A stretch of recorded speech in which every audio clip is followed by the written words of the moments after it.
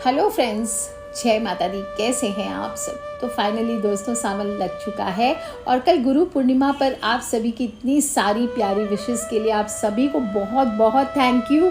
और दोस्तों शिव जी की आराधना का वक्त आ गया है। शिव जी का महीना है और शिव जी की आराधना करने से हर मनुष्य को उसका मनचाहा फल प्राप्त होता ही होता है। हर सावन के सोमवार को विशेष रूप से व्रत रखा जाता है। काफ़ी महत्वपूर्ण होता है ये। और विशेष रूप से जो कुंवारी लड़कियां होती है, लड़के होते हैं, ये मनचाहा वर पाने के लिए भोलेनाथ से प्रार्थना करते हैं, उनको जल चढ़ाते हैं। जो शादीशुदा महिलाएं होती है वो अपने पति के दीर्घ आयु के लिए इस दिन कामना करती है। सावन में कहते हैं कि अगर भोलेनाथ की कृपा हो जाए तो इंसान का भाग्य जाग जाता है, उसका कल्याण होना निश्चित होता है। लेकिन ऐसा भी कहा जाता है कि इस समय में आपको सभी बातों का ध्यान रखते हुए भोलेनाथ की पूजा करनी चाहिए। सावन का महीना सोमवारी 22 जुलाई से लगा है। बड़ा अद्भुत सावन का महीना है जो सावन सोमवार से ही स्टार्ट हो रहा है और एंड भी सावन के सोमवार से ही होने वाला है। 19 अगस्त को 2024 में सावन का समापन होगा। भगवान शिव का बहुत प्रिय महीना है और ये पूरा महापर्व भगवान शिव और दिव्य स्त्री ऊर्जा माँ पार्वती को समर्पित होता है।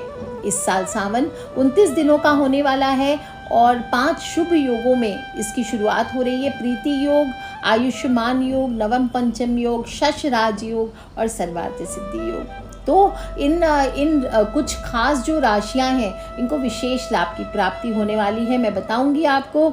और आपको बता दूं, पहला सावन का सोमवार 22 जुलाई, दूसरा 29 जुलाई, तीसरा अगस्त 5, चौथा सोमवार 12 अगस्त को पड़ेगा और फिफ्थ सोमवार आपका 19 अगस्त को पड़ने वाला है। सावन के दौरान आपको ध्यान रखना चाहिए कि कुछ काम है जो करने चाहिए। विशेष रूप से आपको 5 सोमवार आएंगे तो आज पहला सोमवार है, आप 1 लोटा जल अवश्य अर्पित करें। विशेष रूप से शिव जी की पूजा प्रदोष काल में करने का विधान आता है, यानी सूर्यास्त के 1.5 घंटे का जो समय होता है उस समय आपको भोलेनाथ की पूजा करनी चाहिए।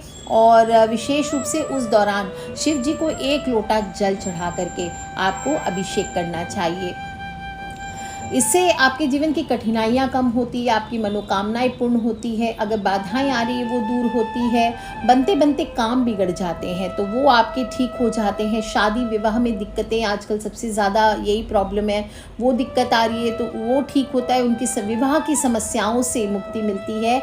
आपके शादीशुदा जीवन में कहते हैं कि डिवोर्स तक की नौबत आ गई है तो वो तक रुक जाती है। साथ ही साथ किसी प्रकार का किया धरा हो वो दूर होता है। और अगर कुंवारे लड़के लड़कियां हैं उनके विवाह के योग बनते हैं। किसी के विवाह में अगर कहते हैं कि देर हो रही है तो सावन के सोमवार के दिन अगर केसर डाल करके आप जल अर्पित करते हैं भोले बाबा को तो आपको तुरंत विवाह के योग बन जाते हैं। भगवान शिव प्रसन्न होकर आशीर्वाद देते हैं। और भगवान शिव के पंचाक्षरी मंत्र ओम नमः शिवाय, ओम नमः शिवाय, ओम नमः शिवाय, इसका ज़्यादा से ज़्यादा आपको श्रद्धा के साथ जाप करना चाहिए। आपके पास कोई गुरु मंत्र है तो उसका आप जाप कीजिए, आपकी मनोकामना ज़रूर पूर्ण होगी। अगर आपके बाहर मंदिर नहीं जाना चाहते, आपके घर में कोई अभिमंत्रित शिवलिंग है, चाहे पारद हो, चाहे स्फटिक हो, चाहे नर्मदेश्वर हो, आपको वहीं पर जल अर्पित करना चाहिए। आप एक अभिमंत्रित रुद्राक्ष की माला ले लीजिए और 11 माला, पूरे सावन के महीने आप मत करिए, लेकिन आप सिर्फ सोमवार को 11 माला का जाप कीजिए। ओम नमः शिवाय, ओम नमः शिवाय, या फिर महामृत्युंजय मंत्र आपको आता है, अच्छे से बोल सकते हैं तो बोलिए। ओम त्र्यंबकम यजामहे सुगंधिम पुष्टिवर्धनम उर्वारुकमिव बंधनान् मृत्योर्मुक्षीमामृतात्। बहुत लोग पूछते हैं ओम होम जूम सा लगाएं क्या? नहीं, इसको नहीं लगाना है आपको। और साथ ही साथ जो लोग मनचाहा जीवन साथी चाहते हैं उनको रामचरितमानस में शिव पार्वती का एक विवाह प्रसंग आता है, वो सावन में आपको हर दिन पाठ करना चाहिए। इस पाठ से बहुत शुभ परिणाम होते हैं, जीवन साथी की कामना पूरी होती है। अगर शादी विवाह में लड़ाई हो रही है, डिवोर्स तक की नौबत आ गई, आप रुकवाना चाहते हैं तो वो भी रुक जाता है। और इस बार हो सके तो हर रोज़ नहीं, आप सावन के सोमवार को कम से कम बेलपत्र अर्पित कीजिए। शिव जी को चंदन हुआ, जने हुआ, बेलपत्र हुआ, आंकड़े के पुष्पों की माला हुई, ये चीज़ें आपको अर्पित करनी चाहिए। भोलेनाथ को थोड़े से भांग धतूरा, विशेष रूप से बेलपत्र पर ओम नमः शिवाय या राम राम लिख करके आप अर्पित कीजिए। और जब आप बेलपत्र चढ़ाएंगे तो चिकना भाग शिव जी की शिवलिंग की तरफ हो, इस बात का ध्यान रखें। आप चाहें तो पंचामृत से अभिषेक कर सकते हैं। इसी प्रकार से बस नॉर्मल शिव जी भोलेनाथ सिर्फ 1 लोटा जल से खुश होने वाले हैं, इतना कीजिए, ये बहुत होता है। साथ ही साथ टोटके बताती हूँ हर बार, तो एक विशेष उपाय हींग का किया जाता है सावन में। बहुत खूबसूरत उपाय होता है और बहुत आसानी से मिलता है हींग, किसी भी शॉप पे आपको मिल जाएगा तुरंत। प्राय आपके घर पे सबके होता ही है, और अगर आप नहीं रखते हैं तो इसको रखा कीजिए, क्योंकि ये स्वास्थ्य की दृष्टि से भी बहुत अच्छा होता है। देखा जाए तो विशेष रूप से ना एक पौधे का रस होता है जिसको हींग के रूप में सुखाकर बनाया जाता है, और इससे पेट में आप थोड़ी सी भी हींग अगर किसी भी चीज़ में बिल्कुल 1 पिंच आप कोई सब्जी में डालते हैं या ऐसे भी उसको सूंघते हैं या कुछ करते हैं, तो उससे कब्ज़ हो, बदहजमी हो, पेट के बहुत सारे रोग हैं ये ठीक होते हैं। तो हमेशा हींग आपको घर पे रखना ही चाहिए। हमारे आश्रम में एक 90 साल के बुज़ुर्ग साधु रहा करते थे, वो ब्रह्मलीन हो गए अब। वो लहसुन के अर्क में हींग और कपूर की टिक्की को पीसकर अपनी आँख में काजल की तरह लगाते थे, और इतनी तेज थी उनकी आँखों की रोशनी, कभी उनको चश्मा नहीं लगाते देखा। और आप भी इस तरह से प्रयोग कर सकते हैं, लेकिन ये है कि मंत्र का जाप करना चाहिए। आप चाहें तो ओम नमः शिवाय का जाप करें और अपनी आँख खोलकर ऊपर की ओर देखें। ये श्रावण के सोमवार या शनिवार या मंगल को भी आप कर सकते हैं इस उपाय को। क्या करना है, आप थोड़ी सी लहसुन को घस के उसका रस निकाल लीजिए, उसमें थोड़ी सी हींग और कपूर की टिक्की को क्रश करके डाल दीजिए। अब ये काजल जैसा बिल्कुल बन जाएगा, है ना। लहसुन का अर्क आपको जस्ट 1 बूंद लेना है, और उसमें आपको हींग 1 चुटकी और कपूर 1 टिक्की ले लीजिए, इसको पाउडर कर लीजिए, और फिर इसको ठीक से मसल के काजल की तरह अपनी आंखों में लगा लीजिए और ऊपर की ओर देखिए। बोलें कि देखो तुम ठीक हो, देखो तुम ठीक हो, देखो तुम ठीक हो। इस तरह से 3 बार बोलना है। आप देखेंगे अगर शरीर के ऊपर कोई ऊपरी बाधा होगी तो वो हट जाती है। अगर ये सब नहीं कर सकते तो कोई बात नहीं, आप जब मंदिर जाएंगे शिव जी के, या घर में शिवलिंग है या शिव जी की फ़ोटो है, उसके सामने हींग रख करके, हींग की डली भी आती है, आप चाहे तो पूरी डली पकड़ के रख सकते हैं, और ओम नमः शिवाय का 27 बार जाप कर लीजिए। इसके बाद पानी में ये वाला हींग जो है, इसमें से एकदम छोटी सी 1 बूंद बिल्कुल राई के दाने के बराबर आपको लेनी है, और उसको 1 गिलास पानी में घोल लेना है, और उससे आपको कुल्ला करना है ओम नमः शिवाय का मानसिक जाप करते हुए। आप देखेंगे बहुत खूबसूरत उपाय होता है। आपके ऊपर अगर किया धरा है, नकारात्मक ऊर्जाएं हैं, तो आपके जीवन से दूर होती है। आप चाहें तो इसमें से 1 चुटकी हींग लेकर के अपने ऊपर से उतारा करना है आपको 7 बार उल्टी दिशा में, और इसको आपको उत्तर दिशा की ओर फेंक देना है। अगर आपके बाधाएं आ रही है, कामों में अटकाव आ रहे हैं, तो भी आप इस उपाय को करते हैं तो बाधा दूर हो जाती है। और या फिर आप चाहें तो छोटी सी 1 गांठ ले करके राई के दाने से चने के दाल के बराबर गांठ बना लीजिए।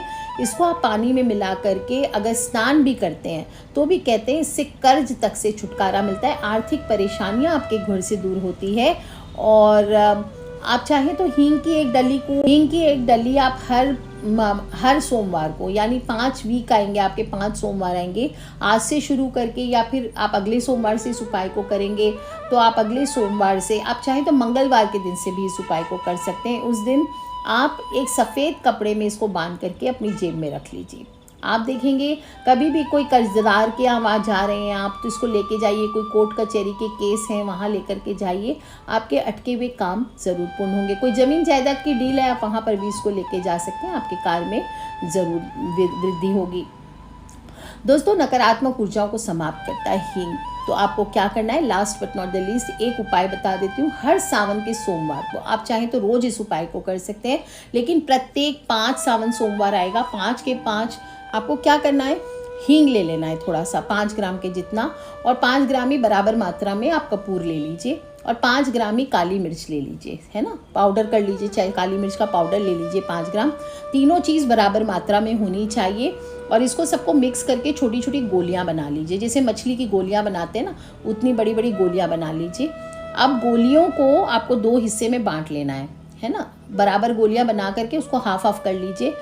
अब प्रत्येक सोमवार को करना है, ये बनाना है। आप चाहें तो एक दिन पहले भी बना के रख सकती हैं, और सुबह सोमवार के दिन सुबह पूरे घर में इसको धूप के साथ जला देना है। गोबर के कंडे जला लीजिए, या कोयला हो उसको जला लीजिए, आप आम की लकड़ियाँ उसको जला सकते हैं, या थोड़ी सी धूप कपूर के साथ इसको जला सकते हैं, और जला करके आपको इसको पूरे घर में घुमाना है। ऐसे ही आपको सोमवार की शाम को करना है। आप देखेंगे 3 सोमवार तक आप ये उपाय कर लेते हैं, 3 या 5 सोमवार या 4 सोमवार, 2 सोमवार। अगर किसी ने घर में बंधन आदि भी किया होगा तो वो भी दूर हो जाएगा। आपके जीवन से सारी प्रकार की नकारात्मक ऊर्जाएं नाश होने लगेगी। अगर आपको किसी ने बंधन किया हुआ है तो आप अपने सिर से भी इसको घुमा करके जला सकते हैं। बस आपको ये करना है, जो हींग की जो आप गोलियां बनाएंगे उसको आप जलाने के पहले अपने दाहिने हाथ में लेकर के 11 बार आपको ओम नमः शिवाय का जाप जरूर करना है। दोस्तों, अगर आप चाहते हैं कि कोई ज़रूरी काम से आप बाहर जा रहे हैं तो आप ये उपाय आजमाएं। आप जो हींग को आप सिद्ध करके रखेंगे अपने पास, शिवलिंग के पास बैठ करके 27 बार ओम नमः शिवाय का जाप करके उसको आप पुड़िया बना करके रख लीजिए। और फिर जब आप कोई ज़रूरी काम से जा रहे हैं, आप चाहते हैं कि आपका कार्य निर्विघ्न पूरा हो जाए, तो नकारात्मक ऊर्जाएं आपके ऊपर ज़्यादा है तो वो नाश हो जाए, तो आप इसको अपने सिर के ऊपर से 7 बार घुमा करके उल्टी दिशा में आप उत्तर दिशा की ओर फेंक दीजिए। आप देखिए, आपको ना तो किसी प्रकार का भय सताएगा, आपके अंदर कॉन्फिडेंस की मात्रा बहुत ऊंची होगी। आपके अगर शत्रु हैं, आपके ऊपर अटैक करने की सोच रहे हैं तो वो दूर होंगे। आप चाहें तो काले कपड़े में भी इस हींग को बांध करके आप किसी पीपल की जड़ में इसको दबा सकते हैं। तो दोस्तों, बहुत छोटे छोटे से उपाय हैं, आप चाहें तो सावन के सोमवार को कीजिए। हींग अपने आप में बहुत बहुत चमत्कारी होता है और इसकी अगर महिमा मैं बताती रहूँ तो बहुत बहुत ज़्यादा है। तो सभी लोग इस उपाय को करें और अकेले नहीं करना है। दोस्तों, भोलेनाथ से सच्चे दिल से प्रार्थना करें, आप देखेंगे आपकी प्रार्थना अवश्य स्वीकार होगी और आपके जीवन की कठिनाइयाँ अवश्य दूर होने वाली है। आज के लिए इतना ही दोस्तों। खिलखिलाते रहें, मुस्कुराते रहें। किसी भी प्रकार के श्रावण मास को लेकर के प्रश्न हो तो प्लीज़ मुझे वीडियो के नीचे लिख करके अवश्य पूछ ले। आज के लिए इतना ही दोस्तों। खिलखिलाते रहें, मुस्कुराते रहें। अपने फ्रेंड्स, फैमिली, मम्मी पापा, भाई बहन, बच्चे सभी लोगों से इसे शेयर करते रहा करें। Take care friends, love you all. जय माता दी, बम बम भोलेनाथ की जयकारा, शेरा वाली दा बोल, साचे दरबार की जय। बोलिए हर हर हर महादेव।